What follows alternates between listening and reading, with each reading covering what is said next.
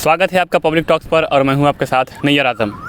दोस्तों, जैसा कि आप पिछले कई वीडियो से देखते आ रहे हैं कि हम जामिया मिलिया इस्लामिया के एंट्रेंस के साथ साथ जामिया मिलिया इस्लामिया में जो स्टूडेंट ऑर्गेनाइजेशन है, स्टूडेंट विंग है, उस पर बात कर रहे हैं। तो इस वक्त मेरे साथ मौजूद है जामिया मिलिया इस्लामिया के AIRSO के कन्वीनर निरंजन, जिनसे आज हम बात करेंगे कि जामिया मिलिया इस्लामिया में आप इनका जो संगठन है AIRSO, ये स्टूडेंट को किस तरह से हेल्प करती है, AIRSO क्या है और AIRSO का मकसद क्या है, इन सब पर डिटेल में बात करेंगे। तो निरंजन भाई, सबसे पहले आपका पब्लिक टॉक्स पर स्वागत है। नमस्कार, मेरा नाम निरंजन है। मैं AIRSO से हूँ। AIRSO जामिया कन्वीनर हूँ और मैं उसके साथ ही AIRSO के केंद्रीय समिति का सदस्य भी हूँ। तो मैं आगे हम लोग बात करेंगे AIRSO के बारे में। सबसे पहले मुझे ये बताइए कि AIRSO इसका फुल फॉर्म क्या है? इसका नाम फुल फॉर्म ये है कि all India revolutionary students organisation या अखिल भारतीय क्रांतिकारी विद्यार्थी संगठन। ये स्टूडेंट को किस तरह से हेल्प करती है, किस तरह से स्टूडेंट का क्या काम है और क्या करती हैं ये? एक्चुअली हमारे समाज में स्टूडेंट्स को बहुत सारे इश्यूज़ हैं। ये इश्यूज़ जो है वो इसलिए है क्योंकि हमारे स्टेट जो यहाँ के शासक वर्ग के लिए जो हमको शोषण करके लाभ कमाते हैं, प्रॉफिट कमाता है, उनके लिए काम करता है। तो इसी वजह से स्टूडेंट्स को बहुत सारे समस्या आता है। उसके अलावा देश में जो ब्राह्मणवादी व्यवस्था है और पितृसत्ता है और बहुत सारे इसके अलावा प्रॉब्लम्स हैं। तो इसको लेकर के बात करना है और कैंपस में खास करके एक शिक्षा के लिए, सबको शिक्षा एक समान मिलने के लिए एक आंदोलन को खड़ा करना AIRSO का सबसे मेन मोटिव है। अभी जामिया मिलिया इस्लामिया के आप कन्वीनर हैं, तो जामिया में आपके AIRSO में कितने मेंबर हैं और उनसे किस तरह का काम लिया जा रहा है? अभी हमारे मेंबर्स के बात कहा जाए तो 40-45 मेंबर्स हैं हमारे। एक्टिव नहीं है, एक्टिव बहुत कम लोग हैं क्योंकि आज के स्थिति में सारे एक एक्टिव, मतलब एक्टिव हम कैसे कह सकते हैं, एक्टिव इन द सेंस जब स्टूडेंट्स के बीच में जा कर के हम लोग हमारे विचार का प्रचार करें, उसके लिए हमारे वैचारिक तौर पे लोगों का विकास हम लोग कर रहे हैं। उसके लिए पहले डिस्कशंस वगैरह सब ऑर्गेनाइज करता है और उसी के साथ सारे लोगों का जब एक आइडियोलॉजिकल डेवलपमेंट हो जाएगा तो उसी हिसाब से हम लोग बहुत ब्रॉड पर्सपेक्टिव में लेकर के स्टूडेंट्स के बीच में हम लोग हमारे राजनीति को रख करके काम करेंगे। अच्छा, अभी जब हम किसी यूनिवर्सिटी का एंट्रेंस क्रैक करते हैं या फिर कुछ भी करना होता है, UPSC IAS बनना होता है तो हम UPSC एंट्रेंस निकालते हैं, ठीक है। डॉक्टर बनना होता है तो नीट करते हैं, बेहतरीन डॉक्टर के लिए। लेकिन अगर कोई इंसान अगर राजनेता बनना चाहे, पॉलिटिशियन बनना चाहे, तो उसके लिए कहीं ना कहीं स्टूडेंट विंग एक अच्छा प्लेटफॉर्म होता है, चाहे वो कोई भी विंग हो। तो अगर आप कोई स्टूडेंट ये वीडियो देख रहा हो, ये इंटरव्यू देख रहा हो और वो चाहते हो कि मैं फ्यूचर में पॉलिटिक्स में अपना फ्यूचर देख रहा हूँ और मैं AIRSO से जुड़ना चाहता हूँ, तो किस तरह से वो जुड़ सकते हैं आपके साथ? एक चीज़ है, पहले हम किस तरह से पॉलिटिक्स से जुड़ना चाहते हैं, एक बड़ी बात है कि हम संसद वाले पॉलिटिक्स से जुड़ना चाहते हैं या हम ब्रॉड पर्सपेक्टिव में जनता के लिए, जनता के बीच में जाकर के काम करना चाहते हैं। ये दो सवाल हैं। अगर हमको संसद में जाना है तो हमको ज़रूर ये भारत के पूरे पूंजीपतियों का चाटुकारी काम हमको करना पड़ेगा। तो इसी वजह से मैं ये मानता हूँ कि हम लोग कोई संसदीय राजनीति पे ज़्यादा फोकस करके काम करेगा तो कोई बदलाव नहीं आएगा। हम भी वही सुधारवादी रिफॉर्मिस्ट पॉलिसीज़ को ही लागू कर सकते हैं। तो मैं ये मानता हूँ एक अच्छा पॉलिटिशियन बनना है तो जनता का पॉलिटिशियन बनना है। उसके लिए जनता का पॉलिटिशियन बनना है तो जनता के लिए काम करना है, जनता के बीच में जाना है। जैसे हम देख सकते हैं यहाँ पे झुग्गी बस्तियों में कितने सारे लोग बिना कोई अच्छा लाइवलीहुड, बिना कोई मकान का अधिकार या कोई जीने का अधिकार के बिना वो लोग वहाँ पे सड़ रहा है। इन लोगों के बीच में जा कर के देखना पड़ेगा उनकी स्थिति क्या है, उनको लेकर के कैसे बात कर सकता है। तो ये सब सीखने के लिए एक राजनीतिक नज़रिया हमारे AIRSO की तरफ से हम लोग देता है। अच्छा, एक बात बताइए, आप कह रहे थे कि पॉलिटिक्स दो तरह की हो रही है, एक संसदीय व्यवस्था, एक पूरे समाज को चेंज करने के। तो आजकल राजनीति का मतलब तो यही इंडिया डेमोक्रेटिक कंट्री है। तो आजकल की राजनीति में यही कहा जाता है कि पॉलिटिक्स में आए हैं तो कहीं ना कहीं आपके एक्सपेक्टेशन होते हैं कि आपको संसद में जाना है, as a parliament member of parliament या फिर विधानसभा में जाना है। तो आप किस तरह की पॉलिटिक्स की बात कर रहे हैं कि आप कहीं ना कहीं दो नज़रिए से देख रहे हैं पॉलिटिक्स को? आप कौन सी पॉलिटिक्स की बात कर रहे हैं? मैं तो समाज को बदलने वाली पॉलिटिक्स की बात कर रहा हूँ क्योंकि हम लोग देख रहे हैं कि आपको यकीन नहीं है कि समाज का बदलाव संसद से पारित हुए कानून से बदला जा सकता है? आपको इस बात पर यकीन नहीं है क्या?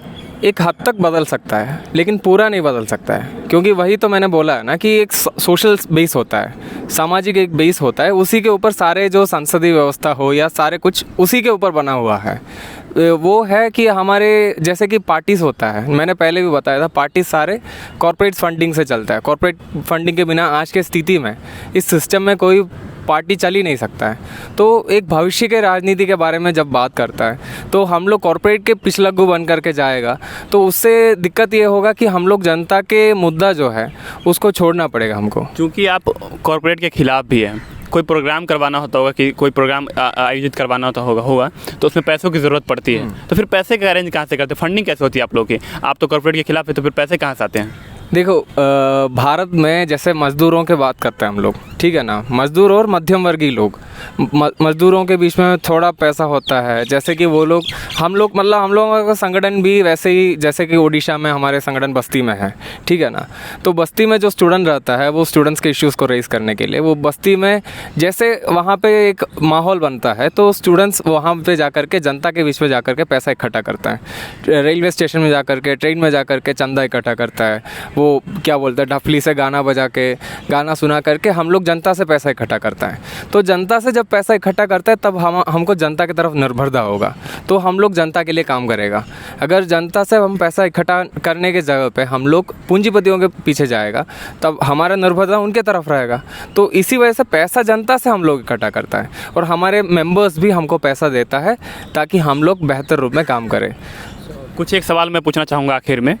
सबसे पहले मुझे बताइए कि मैं घूम फिर करके फिर जामिया पे ही आऊँगा क्योंकि आप यहाँ कन्वीनर है, और तो ये बात यहाँ का करना ज़्यादा ज़रूरी हो जाता है।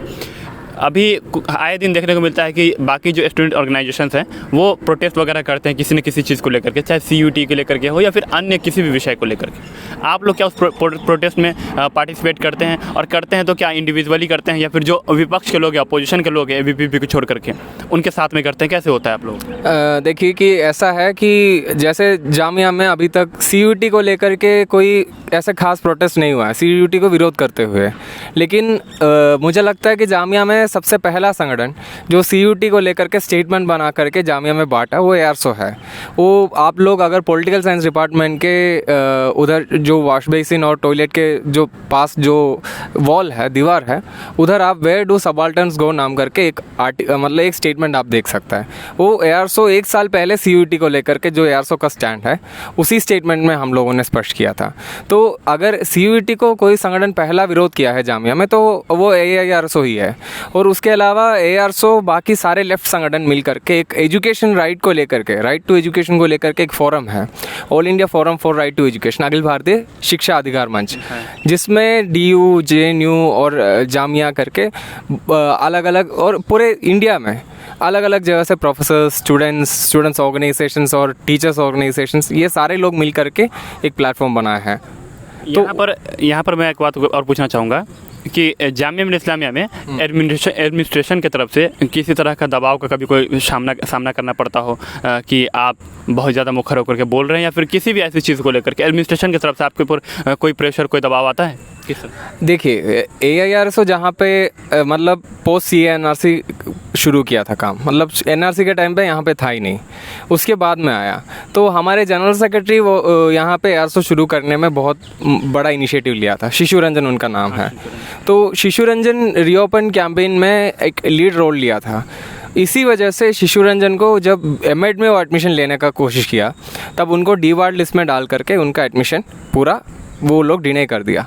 और जैसे कि बहुत बार ARSO के मेंबर्स को इंक्लूडिंग मी शोकॉस नोटिस आए हैं, और मतलब उसके अलावा भी बहुत अलग अलग तरीके से पुलिस से फ़ोन कॉल आते रहता है, और इंक्लूडिंग हॉस्टल्स की बात अगर देखा जाए तो मेरा मार्क्स बहुत अच्छा था, मतलब 58 मार्क्स था, मुझे 57-58 मार्क्स था। अच्छा, उतना मार्क्स था, लेकिन मुझे हॉस्टल नहीं दिया। तो काफ़ी अच्छा मार्क्स था, हमारे डिपार्टमेंट में टॉप 5 में आता है। क्या लगता है सिलेक्टिव ढंग से कहीं ना कहीं टारगेट किया जाता है इस तरह के स्टूडेंट को, ताकि हॉस्टल में किसी तरह का कोई प्रोटेस्ट ना खड़ा कर दे? आपको क्या लगता है? ये है, इनका एजेंडा यही है कि जामिया में जो भी बात करता है, जो भी स्टूडेंट्स के मुद्दों को लेकर के बात करता है, उनके बात को दबाना है और पूरे आवाज़ को ख़त्म करना है। हमारे जामिया में जितने डेमोक्रेटिक स्पेस है उनको अटैक करना जामिया एडमिनिस्ट्रेशन का सबसे बड़ा काम है। तो हम जैसे एक रेवोल्यूशनरी स्टूडेंट ऑर्गेनाइजेशन जब स्टूडेंट्स से इंकलाब जिंदाबाद बोल करके जब स्टूडेंट्स को एड्रेस करता है तो उनको ऑब्वियसली चोट लगेगा, उनको ऑब्वियसली प्रॉब्लम लगेगा, क्योंकि स्टूडेंट्स उनके खिलाफ खड़ा हो जाएगा, मूवमेंट के लिए खड़ा हो जाएगा, एक बड़ा मूवमेंट खड़ा होगा। तो इसीलिए एडमिनिस्ट्रेशन डरता है इस चीज़ से। तो इसी वजह से हम जैसे स्टूडेंट्स को ये लोग एडमिनिस्ट्रेशन वाले लोग दबा देता है। 2 बात आखिर में आपको कहना है। पहला ये है कि एडमिनिस्ट्रेशन को बतौर AIRSO मेंबर आप क्या कहना चाहेंगे? पहली बात वो कही, उस पर दूसरी बात मैं बताता हूँ। ऐसे इमीडिएट एजेंडा अगर पूछा जाए तो जामिया में 2 चीज़ें बंद करना चाहिए। मतलब एक डेमोक्रेटिक स्पेस मिलने के लिए एज एन इमीडिएट क्वेश्चन, अगर मान लो कल करेंगे ये बहुत अच्छी बात होगा, ये करना चाहिए, ज़रूरी है कि जैसे यहाँ पे शोकोस नोटिस कल्चर होता है कि जो भी स्टूडेंट प्रोटेस्ट करता है उनके ऊपर शोकोस नोटिस भेजता है। उसके पीछे एक ऑफिस मेमोरेंडम भी बनाया है रजिस्ट्रार ने, जो यहाँ के डेमोक्रेसी को ख़त्म किया है। अगस्त 29, 2022 को वो ऑफिस मेमोरेंडम बनाया था। उस मेमोरेंडम को वापस लेना चाहिए, उसको हम लोग खारिज कर रहे हैं। एक एजेंडा ये है। दूसरा एजेंडा ये कैंपस के बाहर जो मिलिट्राइजेशन होता है, जो पुलिस आकर के छावनी बनाता है और जो भी स्टूडेंट बाहर निकलता है उनको डिटेन करता है जब प्रोटेस्ट होता है। तो वैसे जो स्थिति है ये बहुत अलग अलग तरीके से हमारे डेमोक्रेटिक स्पेस को ख़त्म करने का एक तरीका है। तो इसको इमीडिएटली बंद करना चाहिए, ये हमारे एक डिमांड रहेगा जामिया एडमिनिस्ट्रेशन की तरफ से। आखिरी में एक और सवाल है मेरा। सवाल नहीं है, आपको मैं मौका दे रहा हूँ मैसेज देने का उन स्टूडेंट्स को जो स्टूडेंट्स पॉलिटिक्स में तो आना चाहते हैं, राजनीति से जुड़ना चाहते हैं और कहीं ना कहीं आपकी विचारधारा से सहमति या असहमति रखते हो, वो अलग बात है, लेकिन पॉलिटिक्स के लिहाज से वो बिल्कुल कोरे कागज़ हैं, उन्हें कुछ नहीं पता और वो ये इंटरव्यू देख रहे हैं मान लीजिए आप, तो उनको आप क्या मैसेज देना चाहेंगे आप एज AIRSO मेंबर? देखिए, भले जैसे लोग कहता है ना कि हम लोग अपॉलिटिकल हैं, हमको पॉलिटिक्स से कोई लेना देना नहीं है, तो लेनिन ने एक चीज़ कहा है, मान लो कि तुम पॉलिटिक्स के ऊपर विश्वास रखते हो या पॉलिटिक्स को मानते हो या पॉलिटिकल बनना चाहते हो, अपॉलिटिकल बनना चाहते हो, इससे कोई फ़र्क नहीं पड़ता है। हर आदमी पॉलिटिक्स से इन्फ्लुएंस होता है, हर आदमी, इंक्लूडिंग यू एंड मी, हम और तुम और जो वीडियो ये देखने वाले हैं, सारे लोग पॉलिटिक्स से इन्फ्लुएंस होता है। जो शिक्षा नीति हम लोग, मतलब जो शिक्षा हम लोग लेता है वो भी एक, उसके पीछे भी एक शिक्षा नीति होता है। वो शिक्षा नीति सरकार तय करता है, वो पॉलिटिक्स के हिसाब से वो लोग तय करता है। जैसे देखता है ना कि NCERT में टेक्स्ट बुक्स में कौन क्या पढ़ना चाहिए, ये सरकार तय करता है, वो अपने राजनीति के हिसाब से तय करता है। मुगल का हिस्ट्री हटाना सब उसका एग्जाम्पल है। तो आज़ाद को भी हटा दिया, आज़ाद को हटा दिया और फैज़ को हटा दिया, अल्लामा इकबाल को हटा दिया। ये सारे जो चीज़ है ये पॉलिटिकल है। तो अगर मान लो कि हम लोग पॉलिटिकल बनना चाहते हैं, ऐसा करके कुछ होता नहीं, हर आदमी पॉलिटिक्स से इन्फ्लुएंस होता है। तो ये समझना और उसमें हम लोग एक्टिव रोल प्ले करना, ताकि हमारे पॉलिटिक्स को हम लोग समाज के सामने रखना चाहिए।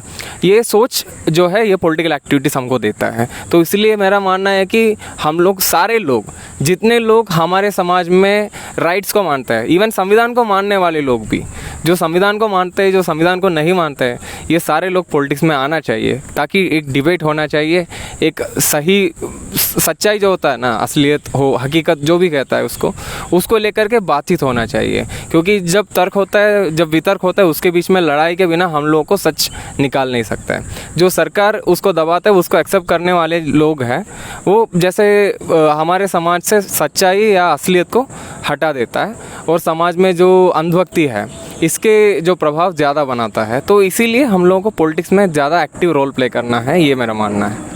निरंजन भाई, आप मुझसे बात किए, AIRSO के बारे में इन्फॉर्मेशन दी, इसके लिए आपका बहुत बहुत शुक्रिया। ये थे मेरे साथ जामिया मिलिया इस्लामिया के कन्वीनर, AIRSO के कन्वीनर निरंजन, जो बता रहे थे AIRSO के बारे में।